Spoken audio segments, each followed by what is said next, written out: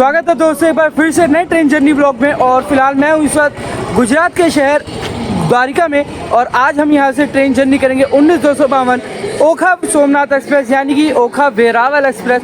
और ये ट्रेन चलती है ओखा से रात को 8:15 पे और एंटर करती है द्वारिका में 8:45 पे। और ट्रेन की अनाउंसमेंट ऑलरेडी हो रही है कि ट्रेन कुछ ही देर में प्लेटफॉर्म नंबर 1 पर आएगी।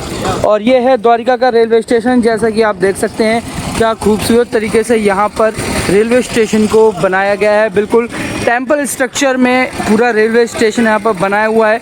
और रेलवे स्टेशन के अंदर आपको first class AC waiting hall से लेके नम्हा टूरिस्ट लॉन्च और IRCTC के प्रीमियम एग्जीक्यूटिव लॉन्च की इस टाइप की फैसिलिटीज़ यहाँ पर आपको मिल जाती है। क्योंकि यहाँ पर यात्री दूर दूर से देश के कोने कोने से हिंदुस्तान में हर जगह से यहाँ पे लोग दर्शन करने के लिए आते हैं। चारों धामों में से एक धाम है ये द्वारिका धाम।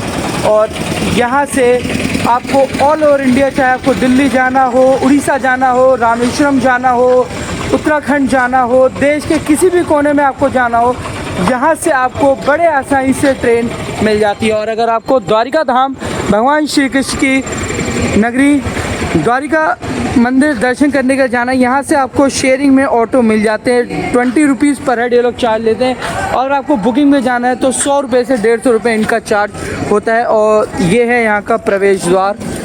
चलते हैं यहाँ से प्लेटफॉर्म के अंदर एंट्री करेंगे और प्लेटफॉर्म नंबर 1 पर आएगी ट्रेन।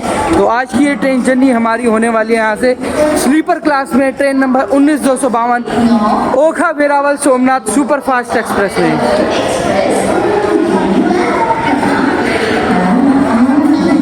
ओखा से तो गाड़ी खाली आती है, लेकिन द्वारिका में जैसा आप देखेंगे लोगों की भीड़ और बोर्डिंग आप यहाँ से देख के समझ सकते हैं। मैक्सिमम बोर्डिंग आपको यहीं से मिलेगी। लगभग 98% बोर्डिंग आपको द्वारिका से मिलती है। ओखा से आपको ट्रेन में लगभग 2% बोर्डिंग आपको मिलती है, चाहे स्लीपर कोच हो चाहे AC कोच हो।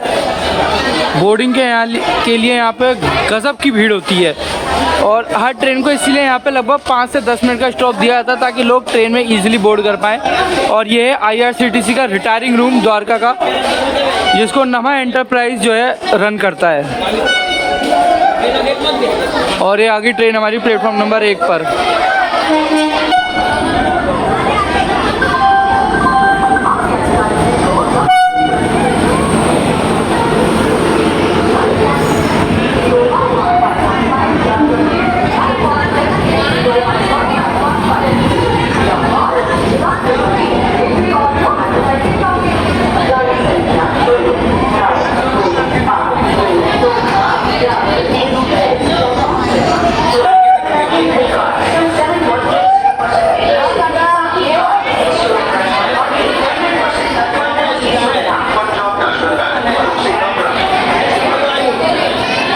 ट्रेन का हमारे 8:50 पे ऑन टाइम डिपार्चर हो चुका है द्वारिका से। और ट्रेन अब यहाँ से चलने के बाद जेतलसर, जूनागढ़ जंक्शन, राजकोट जंक्शन के रास्ते कल सुबह 5:40 पे ये हमें पहुँचाएगी वेरावल जंक्शन।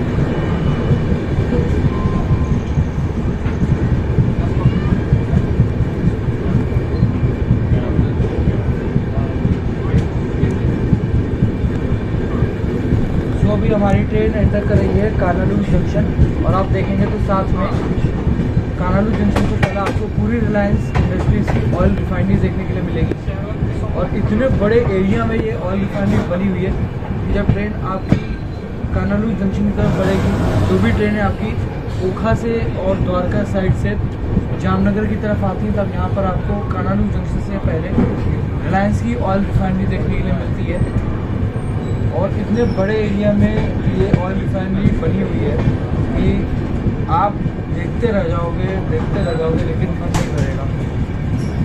पूरी जगमगाती हुई एक तरीके से पूरा इंडस्ट्रियल टाउन आप कह सकते हो पूरा ये ऑयल रिफाइनरी का रिलायंस का लाइक जैसे इंडस्ट्रियल टाउन होता है उसी तरीके से।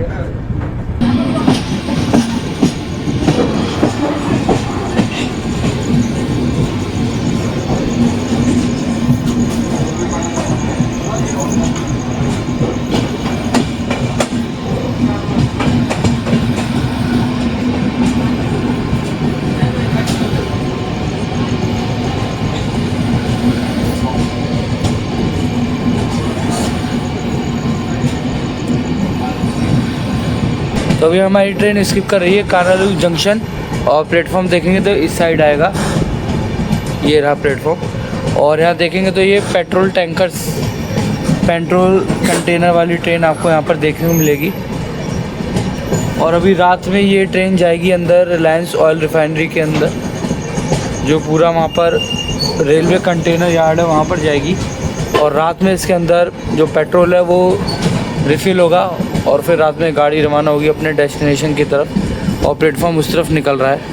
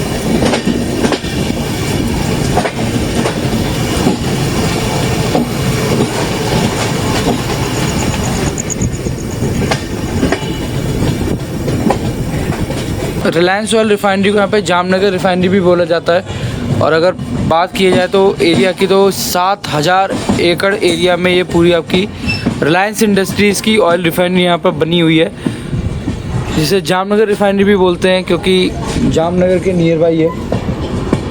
और जामनगर रेलवे स्टेशन बढ़ते समय ट्रेन में आपको ये पूरी ऑयल रिफाइनरी देखने को मिलेगी। 7500 एकड़ इसका वर्ग क्षेत्र है।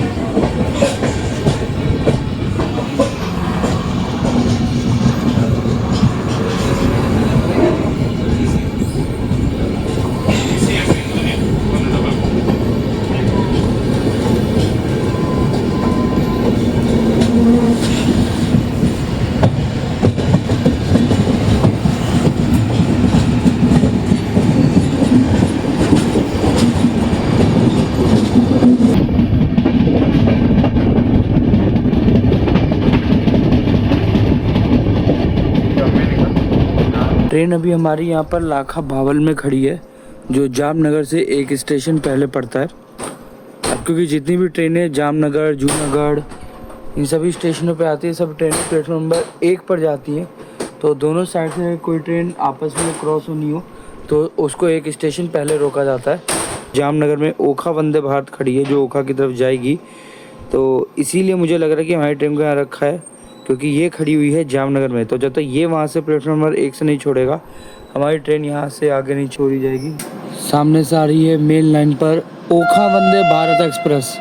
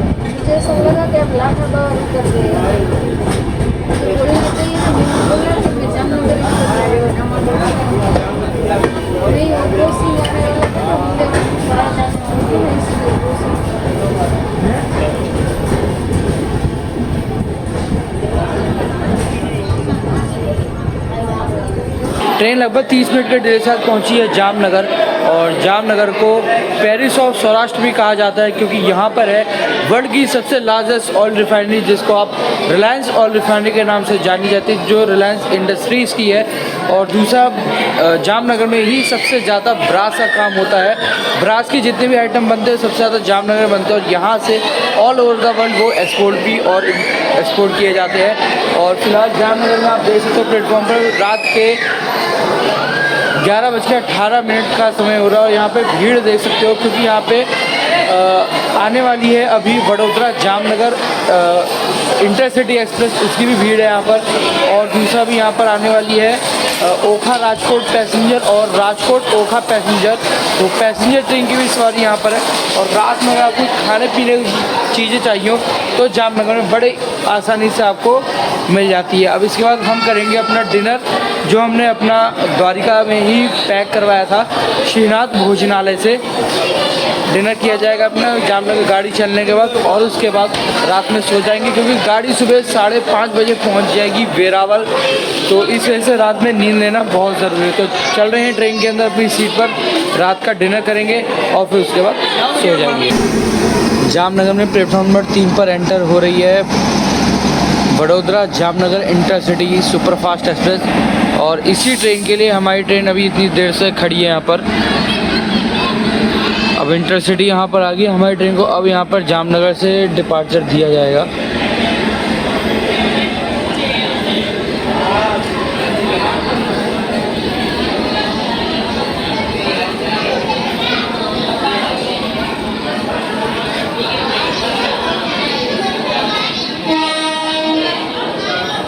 तो फाइनली ट्रेन का डिपार्चर हो गया है 11:50 पे जामनगर रेलवे स्टेशन से,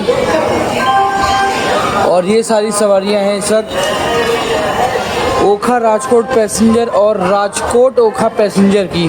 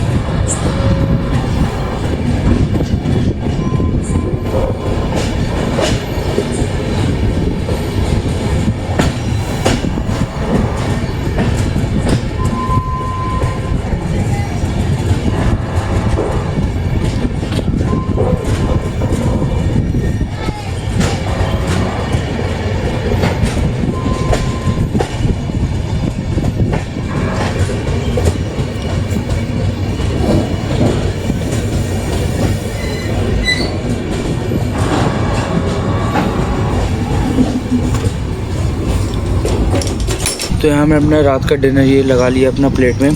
साथ में इन्होंने एक पैकेट है पूरी छाछ वगैरह पूरा भर के दिया है। और ये खिचड़ी है, इधर रोटियाँ हैं, इधर 3-4 तरह की सब्ज़ी है, दाल है, सोयाबीन की सब्ज़ी, आलू टमाटर की सब्ज़ी, इधर ये सेम टमाटर की सब्ज़ी, इधर सलाद वगैरह, पापड़, ये गुड़ है इधर।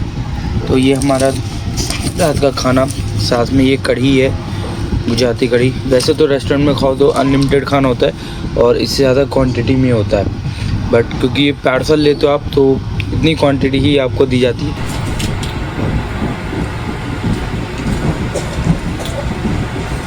खाना एक ही साथ थोड़ा ठंडा हो गया है, अब रात का टाइम है और मौसम भी बाहर ठंडा है इस वजह से, और काफ़ी लेट भी खा रहे हैं। शाम को लगभग 4 बजे करीब, वैसे हमने दोपहर का लंच शाम को 4 बजे करीब किया था सेम रेस्टोरेंट में जहाँ से हमने पैक कराया, तो उसी लगभग 7-8 बजे तक पेट उसी से भरा रहा। तो इसीलिए डिनर हमारा बहुत लेट हो रहा है।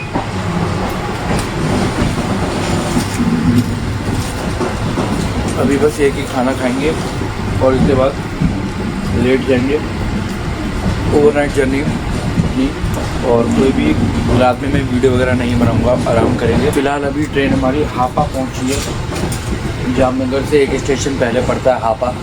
बहुत सारी ट्रेनें हापा तक भी आती हैं और हापा से बन के भी चलती हैं, और हापा के रास्ते ही आगे राजकोट और बड़ौदा के लिए निकलती हैं।